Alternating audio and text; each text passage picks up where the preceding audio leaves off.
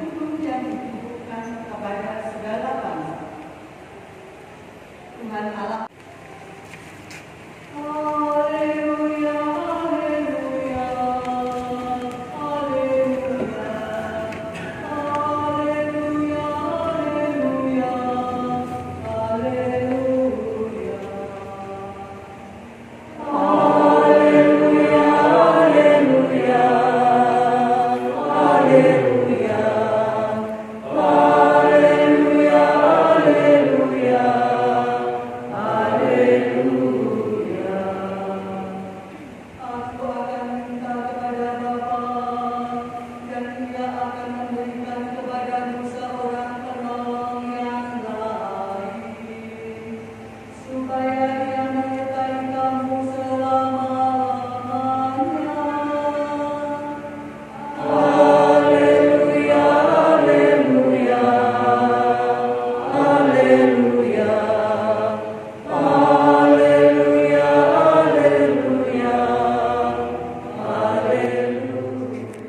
Saudara, siang hari ini cukup panas, maka panjenengan kipas-kipas.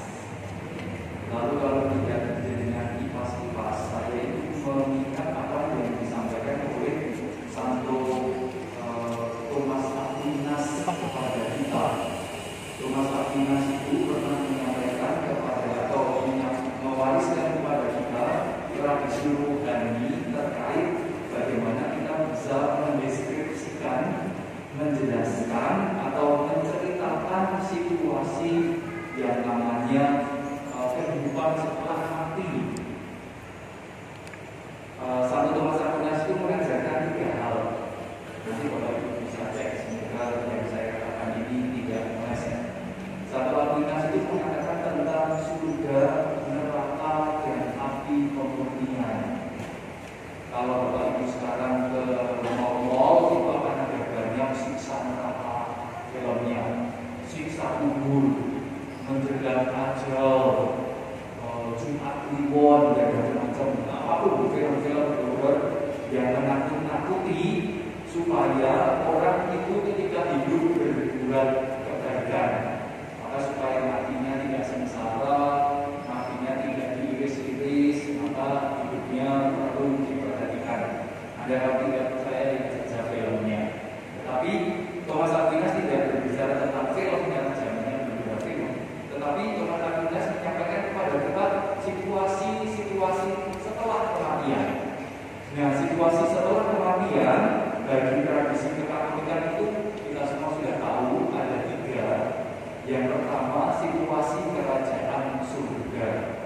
Nah, Bapak Ibu panjenengan sami tentunya sudah pernah mendengar situasi kerajaan surga yang digambarkan atau yang dimiliki oleh orang Kristiani itu. Salah satu gambarannya adalah kondisi yang sejuk, hangat, mesra, akrab, model-model demikian, nyaman, lalu banyak pujian dan semacamnya. Itu kerajaan surga, situasi yang menenteramkan. Lalu ada situasi yang kedua yang disampaikan oleh Santo Thomas Aquinas, yaitu tentang neraka. Neraka itu situasinya yang digambarkan panas, maka orangnya kipas-kipas, tapi tetap saja panas. Maka nerakanya masih bisa roh. Kalau itu gambarannya jadi panas, lalu tidak nyaman. Maka kalau Bapak Ibu sudah kontemplatif, kalau tidak nyaman, maka Anda sedang merasakan mencicipi neraka. Lalu tidak jenak,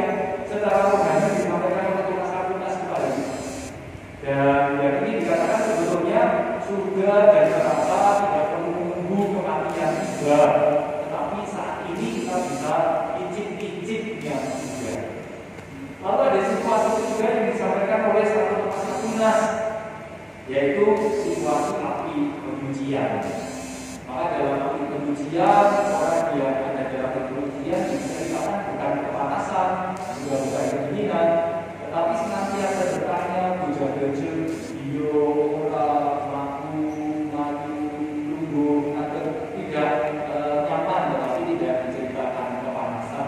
Tapi selalu berpikir, apakah saya sudah pantas atau belum pantas, apakah saya sudah layak atau belum layak.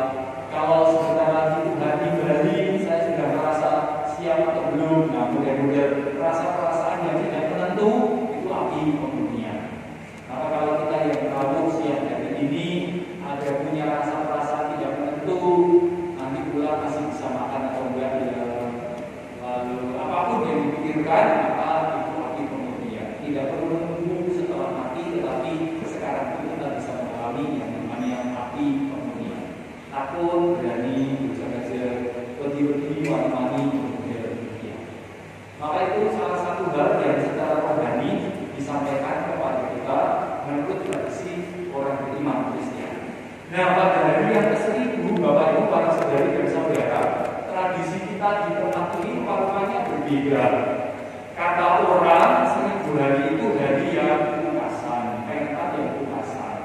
Maka gagasannya kalau hari yang ke-1000 kita semua sudah tahu, maka orang yang meninggal pada pengkatan hari yang ke-1000 dia sudah bersatu dengan Bapaknya di surga. Maka kalau kita masih ingat dulu zaman purbakala, ketika kita masih mainan lari-lari kejar-kejaran, lalu lombengan dan macam-macam, lalu insut satu sama lain, kita selalu mengatakan kalau yang satu tinggi, yang satu pendek, kita mengatakan orang berat. Masih ingat ya? Kalau yang satu gemuk, yang satu kurus, insut mengatakan berat.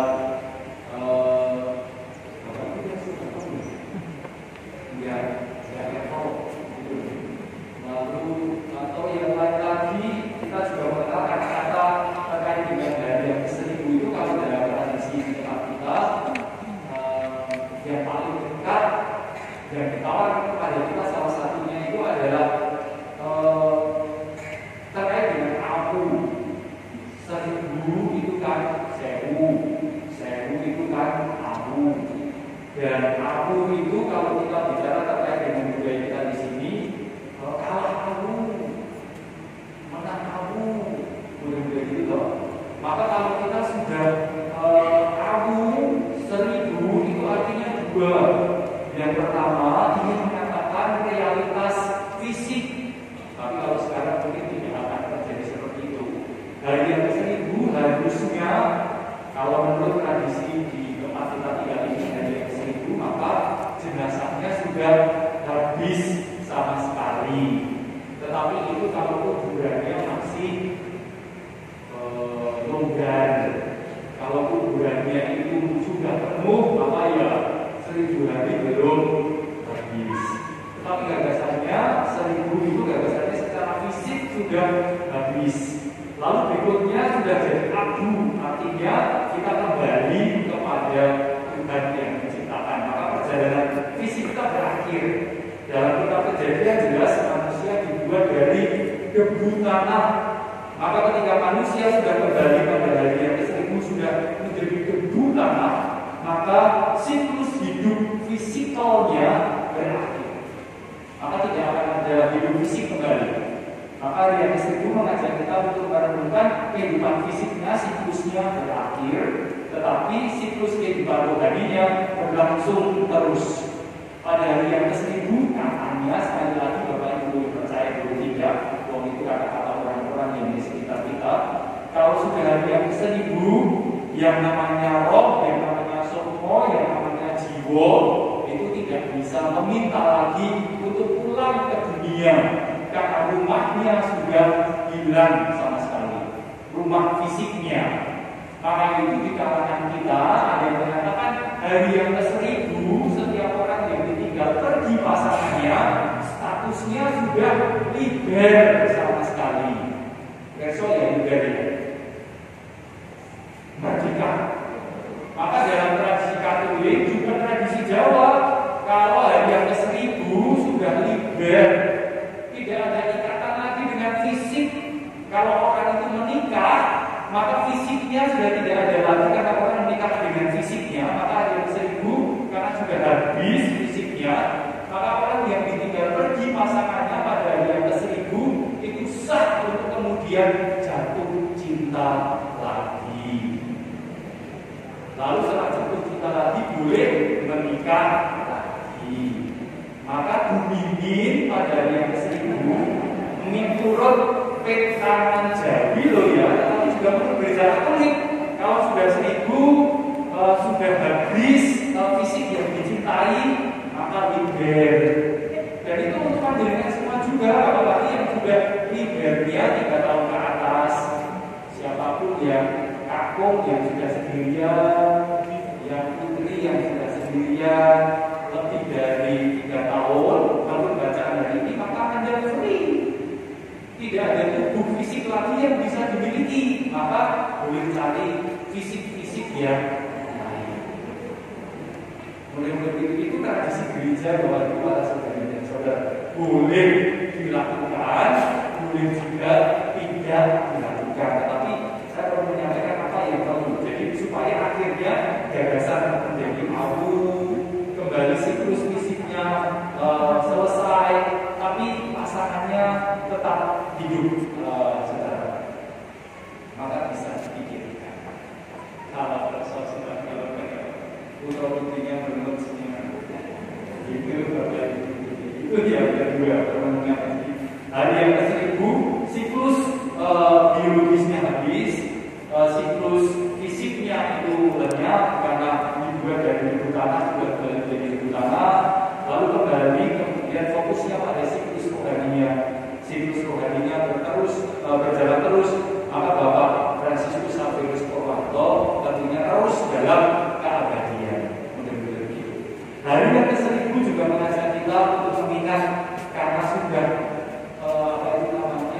wis arune, maka dia sudah pantas masuk dalam peristirahatan yang final karena sudah arune wis podo karo Gusti Allah. Maka boleh bersama dengan Tuhan yang kekal. Itu menurut keyakinan kita dari bahasa-bahasa kita di tempat ini. Maka sudah bersama Bapak di surga, maka ujian dan apapun yang kita lakukan dengan keyakinan Bapak Etis Purwanto menjadi berdoa bagi kita semua yang masih berziarah di bumi. Itu yang kedua. Maka harapannya Bapak Etis Purwanto sekarang menjadi orang-orang yang kudus sama sekali. Hari yang ke-1000 kudus, renungan hari yang ketiga, Bapak Ibu pada renungan yang ketiga menjadi kudus. Bapak Purwanto masuk kepada alam kekudusan, artinya Bapak Purwanto tidak lagi terikat pada perkara-perkara duniawi. Maka itu kekudusan. Memang mungkin masih melihat properti dan keluarganya, tetapi yang jelas tidak terikat lagi. Maka dalam renungan yang ketiga kita ingatkan, kita pun diajar untuk belajar, untuk mengakses kekudusan mulai dari sekarang. Apalagi kita yang hidup saat ini semakin lama semakin bertambah usia. Maka kita diajar untuk semakin bertambah usia, semakin belajar untuk bisa lepas dari kelekatan kita pada keduniawian. Maka itulah kekudusan. Maka salah satu perenungan selama perayaan Paskah sampai turunnya Roh Kudus pada peristiwa Pentakosta 2 minggu yang akan datang, senantiasa mengajak kita untuk mengenal kembali wasiat Tuhan kita Yesus Kristus.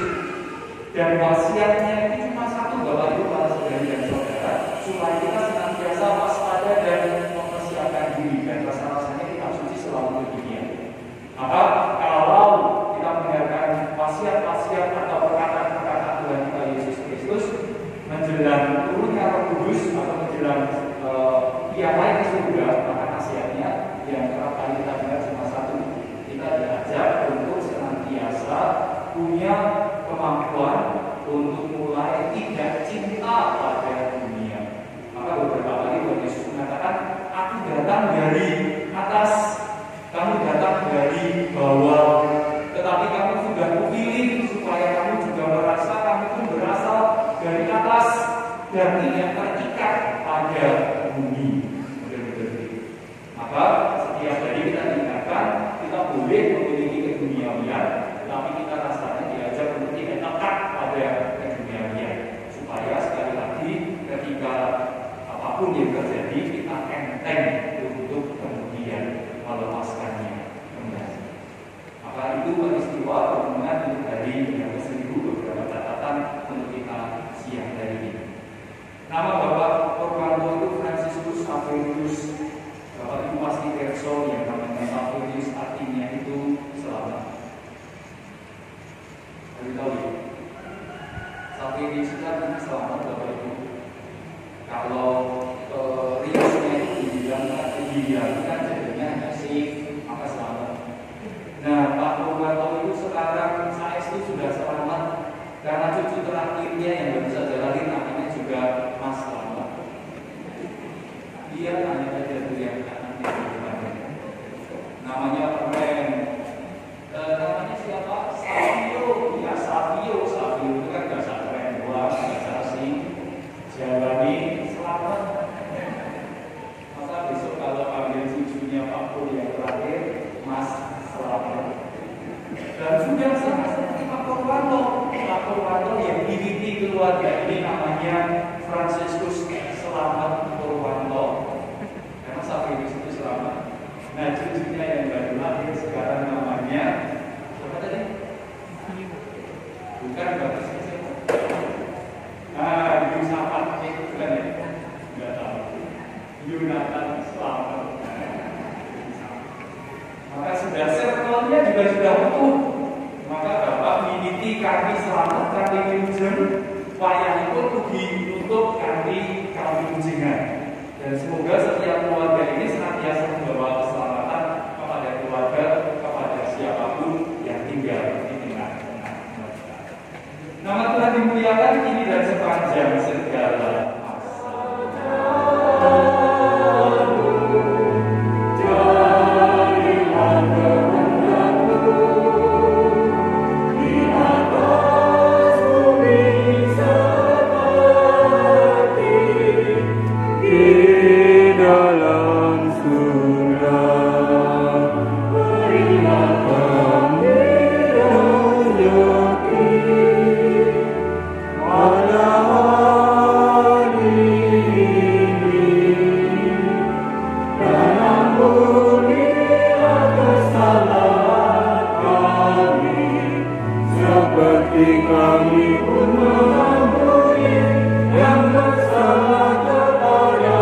Kami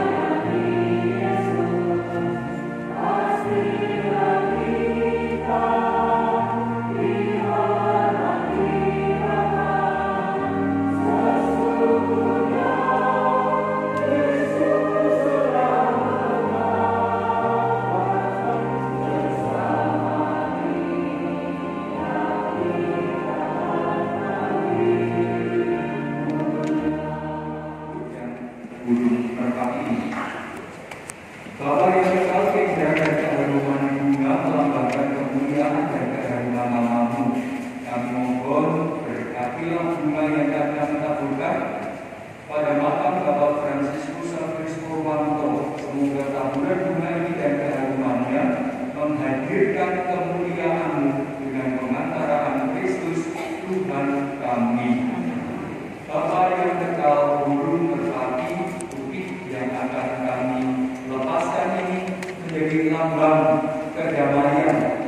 Semoga kami senantiasa percaya seutuhnya Bapak Fransiskus Xaverius Purwanto yang kami doakan mengalami damai bersama-Mu, dan semoga damai pula yang Kau anugerahkan bagi kami yang di dunia ini demi Kristus Tuhan kami. Tuhan serta-Mu.